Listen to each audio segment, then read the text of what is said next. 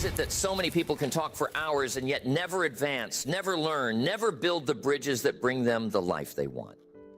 Why is it that the loudest voices often end up the weakest when the results are counted? That question has been with me for years. I've met men who could dominate a room with words, but never dominate their own habits. I've met women who could fill notebooks with speeches, but never fill a bank account. And I kept asking, how can someone talk so much, but know so little? How can someone explain everything, yet solve nothing? You see, most people think the secret is in the talking. They think the more you explain, the more persuasive you'll be. They think the more noise you make, the more attention you'll get. Some think if they just keep speaking, sooner or later, the world will reward them for effort alone. And some believe that if they can out-talk the competition, they'll win the prize. But I'm telling you, that's the wrong answer. Talking doesn't multiply your knowledge. Talking doesn't give you an edge in business or in life. Talking is often just rehearsing what you already know. It's the echo chamber of your own mind. And if all you do is echo what you already know, you end up living the same year over and over, calling it a decade. The truth is different. The truth is that listening is the greater power. Listening is the gate to wisdom. Listening lets you gather while talking spends. Listening is how you learn the nuances, the hidden clues, the details that others miss because they're too busy crafting their next sentence. Listening is where the gold lies. Think about it. Nature itself teaches us this. You were given 2 ears and 1 mouth, not the other way around. That's nature's subtle reminder. Use the ears more than the mouth. Twice the listening, half the talking. That balance alone would change someone's career, their relationships, even their bank account. Let me give you an example.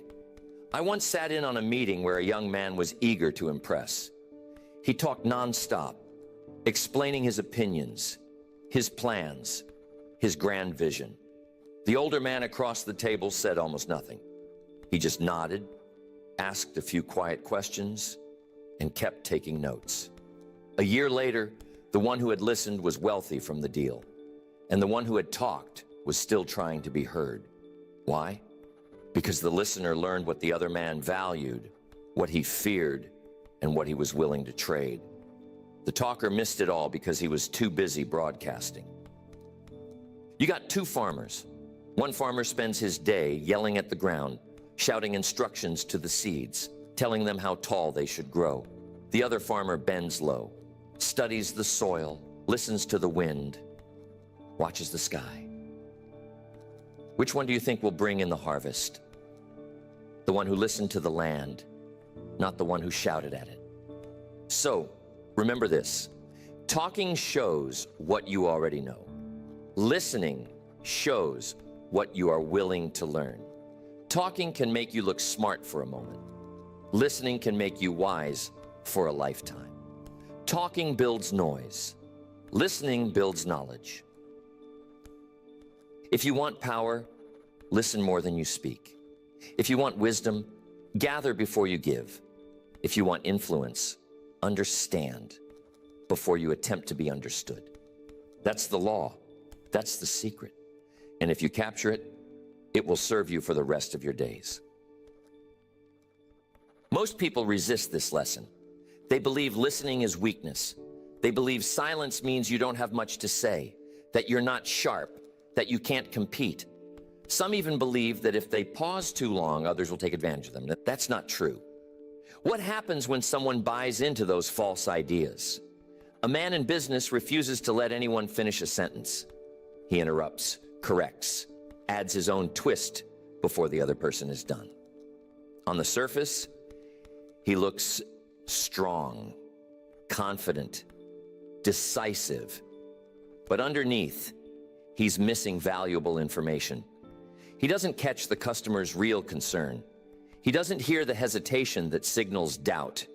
He doesn't learn the competitor's weak point because he cut them off too soon. What looks like power ends up being loss. Or what about a parent who never listens to a child? Always giving instructions, always correcting, always talking. What does the child learn? That their voice doesn't matter, that they're not understood. Soon the child stops sharing, and the parent wonders why there's distance in the relationship. That's the cost of believing that talking is always superior. Here's the truth. Listening isn't weakness, it's strategy. Listening is positioning yourself to receive what others give away freely.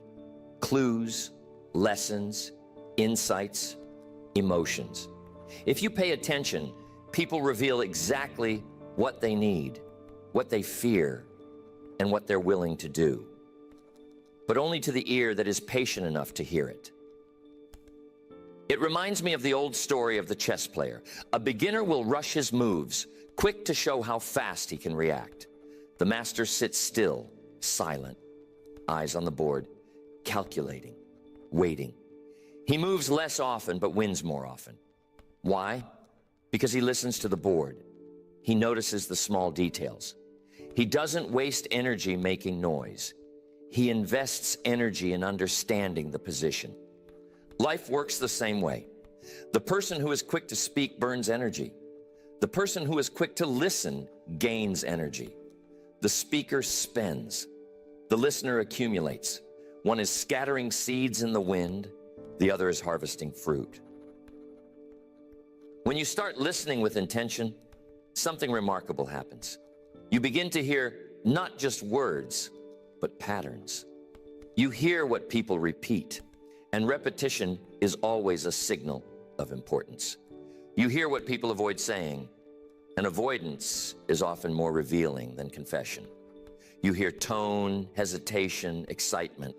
All of that is information you can use to make wiser decisions. Listening is leverage. It's the hidden advantage. It's like compound interest. You might not see the payoff in the first hour, the first day, or even the first week.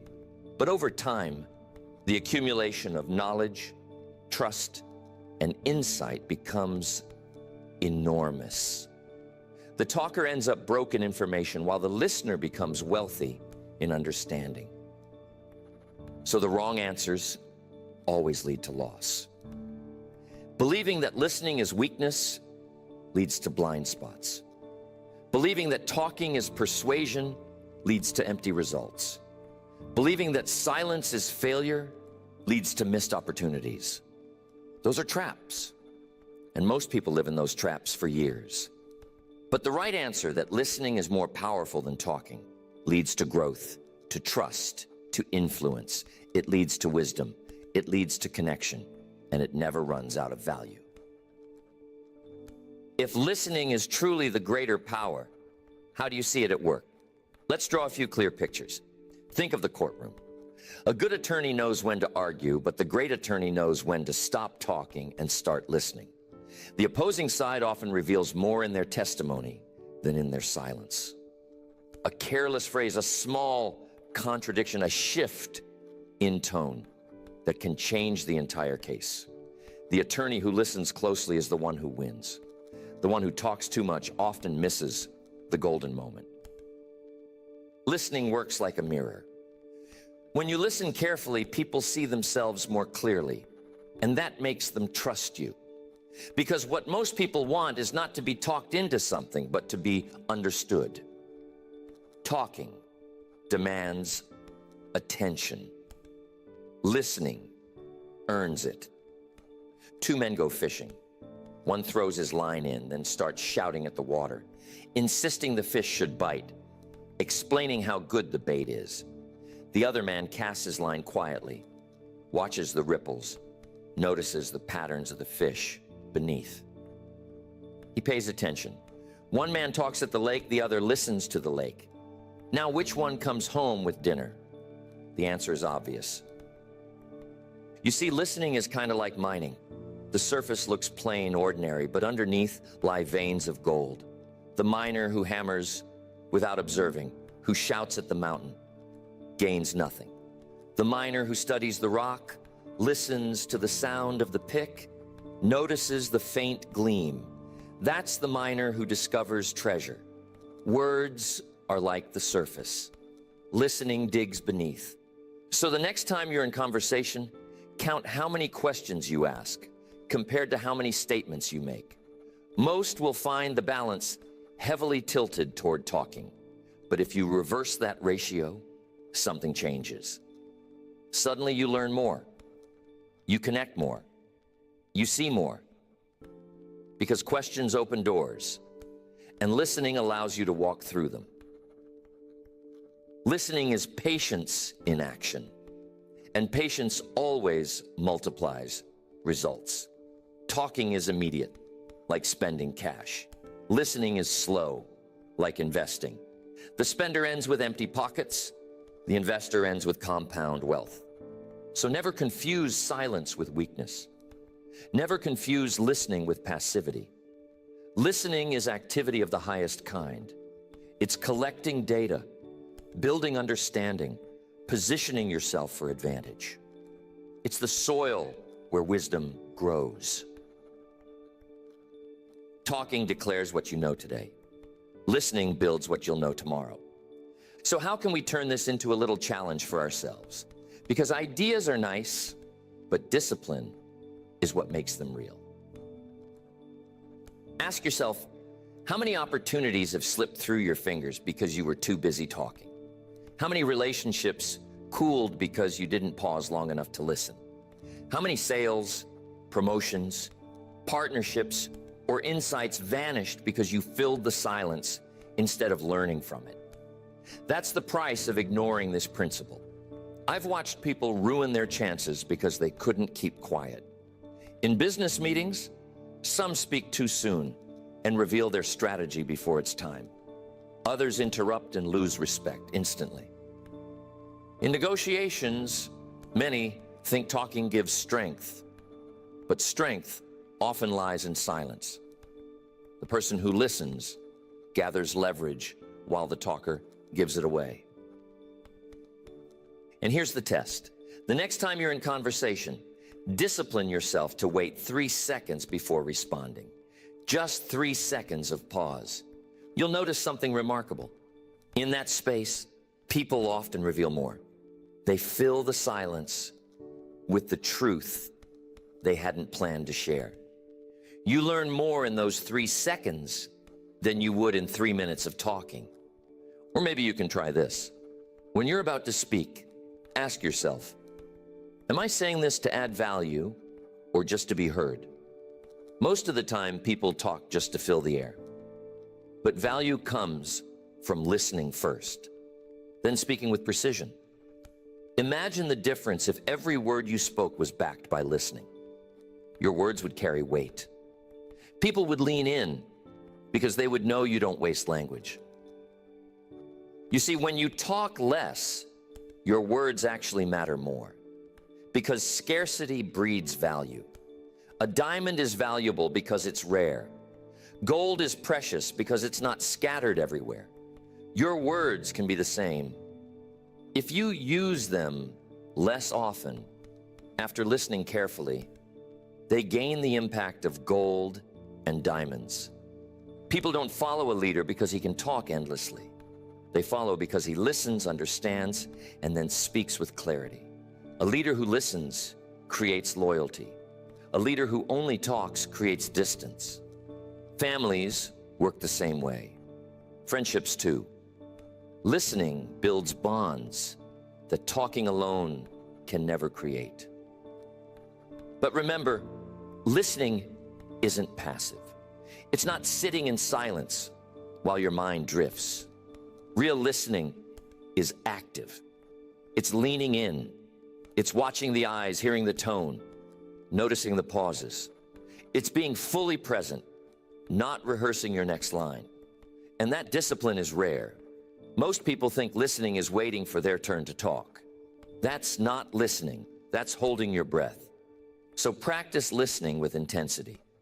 In your next conversation, decide you will talk half as much and listen twice as much. You'll be amazed at what you discover. You'll see patterns you never noticed, opportunities you always missed, and connections that were waiting for you all along. The world doesn't reward the noisiest. The world rewards the ones who notice, who observe, who listen. Talking gets attention for a moment.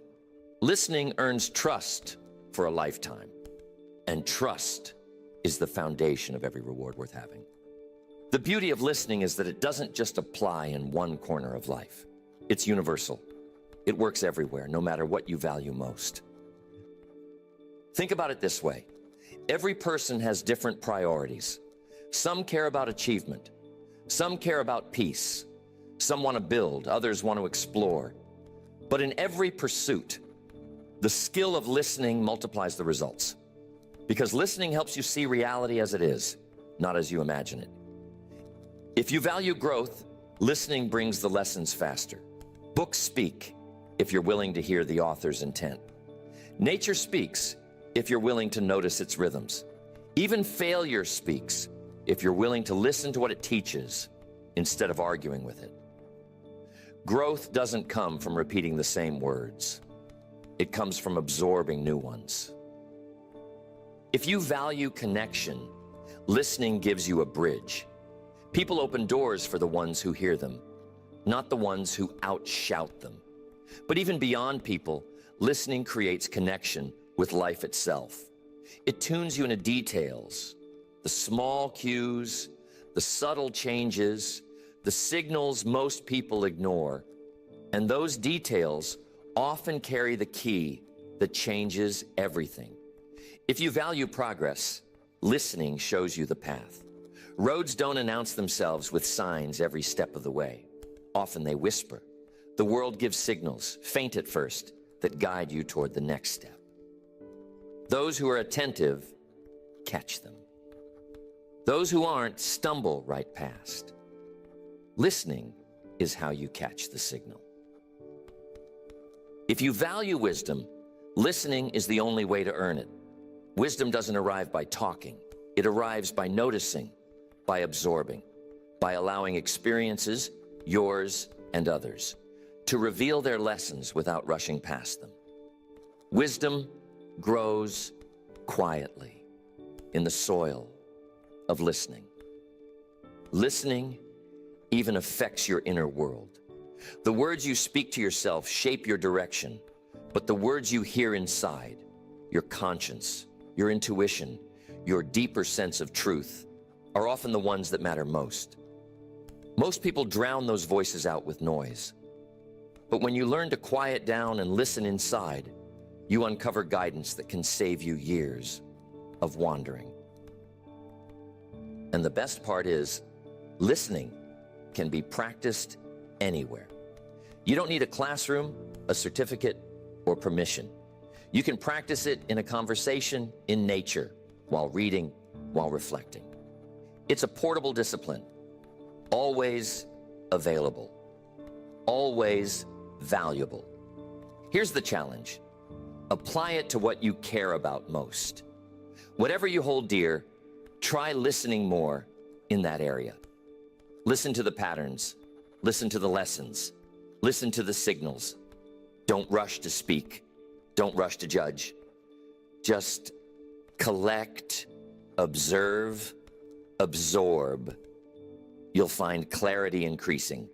You'll find mistakes decreasing.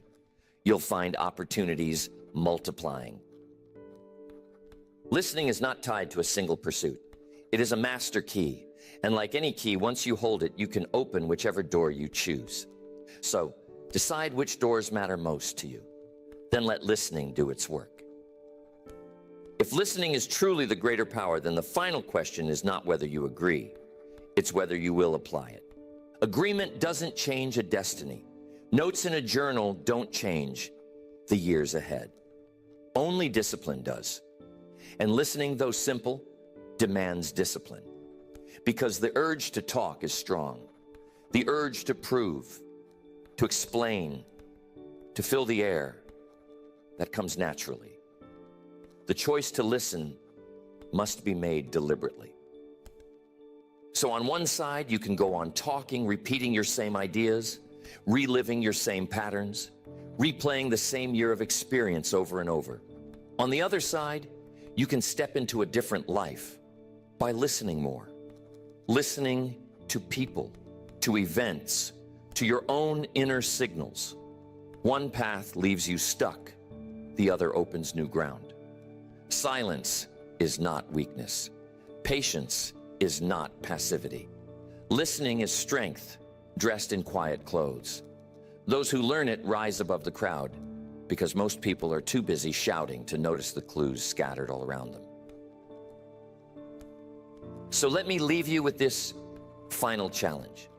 Every conversation you enter, every meeting, every interaction, ask yourself this: am I talking to be heard, or am I listening to understand? If you ask that question daily, you will slowly train yourself into the habit. And that habit will serve you in ways that talk never could. Choose carefully. Every day you're offered the same choice. Repeat what you already know or discover what you don't. One keeps you where you are, the other moves you forward. Let others chase the noise if they want. You make the wiser choice. You listen. And by listening, you learn, you grow, you see what others miss. That's how the quiet ones change the world.